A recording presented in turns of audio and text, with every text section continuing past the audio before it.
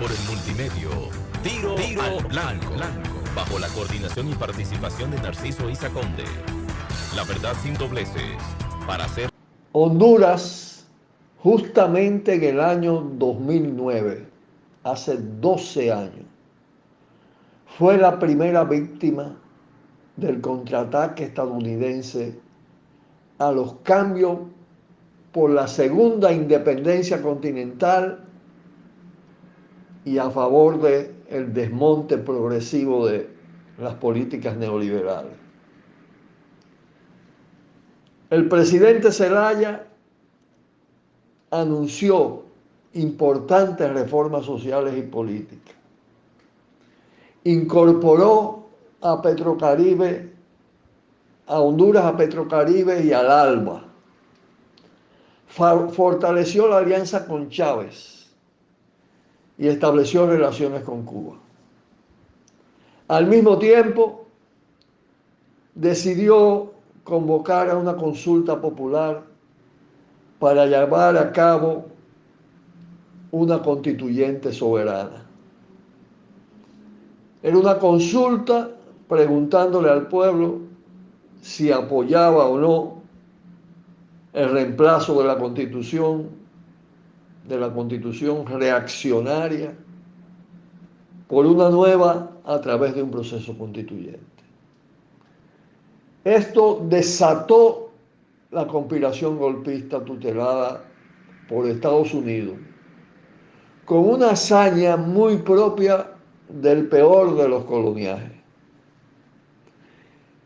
Ese golpe a Zelaya contó con el apoyo de Obama y con el activismo febril de Hillary Clinton, los demócratas. Estados Unidos, la derecha y la extrema derecha, liderada por el Partido Nacional, que es la fuerza más conservadora desde hace más de 100 años, ha tenido un dominio muy importante político en Honduras. Estados Unidos y el Partido Nacional optaron entonces por revertir los avances logrados, por anular la soberanía puesta en marcha, la autodeterminación, a base de una dura represión militar, policial, sumamente sangrienta, y de trampas políticas y electorales a granel. El presidente Lobo fue impuesto en el 2009 mediante un gran fraude electoral. Igual aconteció más tarde con la candidatura de Juan Orlando Hernández, hasta la fecha presidente de Honduras. Eso fue en el 2013. Así, Honduras quedó de nuevo controlada por 17 familias súper enriquecidas y por 225 hipermillonarios, multimillonarios, con fortunas superiores a los 150 millones de dólares. Mientras el 71% de su población vive por debajo de los límites de la pobreza y un altísimo porcentaje sufre las consecuencias de la pobreza extrema, de la indigencia. Especial incidencia ha tenido el Estado narcoterrorista colombiano en la instrumentación del terror y del paramilitarismo en Honduras, así como las narcomafias mexicanas y colombianas en todo lo relacionado con la gangterización del poder establecido desde el 2009 hasta la fecha en Honduras. El cártel del Valle de Colombia se destaca en el patrocinio del negocio de las drogas y la violencia paramilitar. Pero se agregó además la relevante presencia de 3 grandes cárteles mexicanos: el cártel de Sinaloa, el cártel de Jalisco llamado Nueva Generación y los llamados Zetas. junto a una fuerte articulación del presidente Juan Orlando Hernández y de uno de sus hermanos, al narconegocio.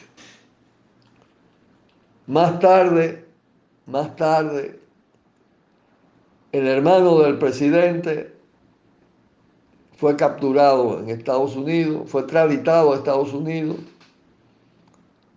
y se puso en evidencia mayor la conexión del poder establecido en Honduras con la narcocorrupción mexicana y colombiana. Fue tan evidente que más tarde Estados Unidos, a principios del 2021, denunció el gobierno de Honduras como un gobierno vinculado al narcotráfico y al propio presidente Juan Orlando Hernández. Entonces se pensó que, bueno, ya quemado Juan Orlando Hernández, Estados Unidos se inclinaba por salir de él y buscar un relevo. No fue tan así, fue más bien una marca para mantenerlo aprisionado y controlado. Continuó en el poder Juan Orlando Hernández y tuvo apoyo de Estados Unidos a pesar de eso. La historia reciente de Honduras es la historia de 12 años del pueblo en la calle, recurrentemente. Creo que es difícil encontrar en la historia latinoamericana tan alto grado de movilización y de ejercicio de la democracia de calle en uno de los países de nuestra América. Sí ha habido muchas luchas, pero estos fueron meses movilizando, y aplacaban con la represión y volvía de nuevo. Y así innumerables veces la historia del pueblo en la calle defendiendo su soberanía, su dignidad y sus aspiraciones. La represión fue cruel, ejercida desde el poder militar y desde unidades paramilitares, los llamados escuadrones de la muerte, con una fuerte asesoría de los paracos colombianos. Entre otras figuras importantes, activistas de la lucha, defensoras de los pueblos originarios, rebelde frente a la violencia de género, está Berta Cáceres, que se ha convertido en un símbolo de la resistencia. Se creó una fuerza resistente.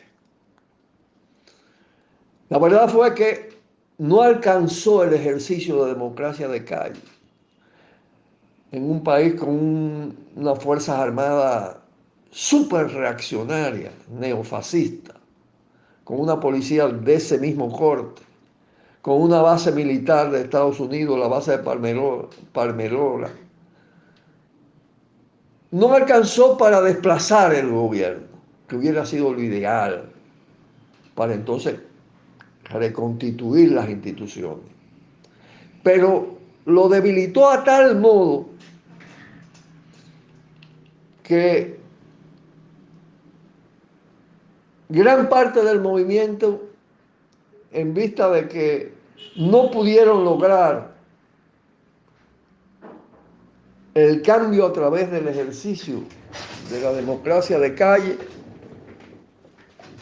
pues decidieron formar una gran alianza electoral que se llama Libre, que tiene el partido de Mel Zelaya en el centro de la alianza, ¿no? Es la fuerza fundamental de la alianza. Postuló a Xiomara Castro, la esposa de Zelaya.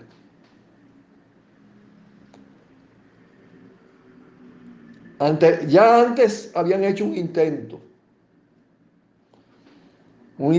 que fue bloqueado por el fraude también.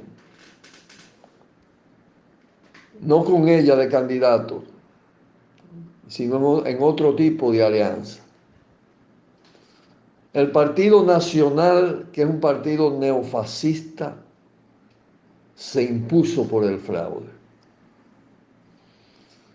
Pero ahora no pudo. Y por eso retomamos el tema. No pudo. La erosión que sufrió fue demasiado grande. El pueblo logró arrinconar el régimen.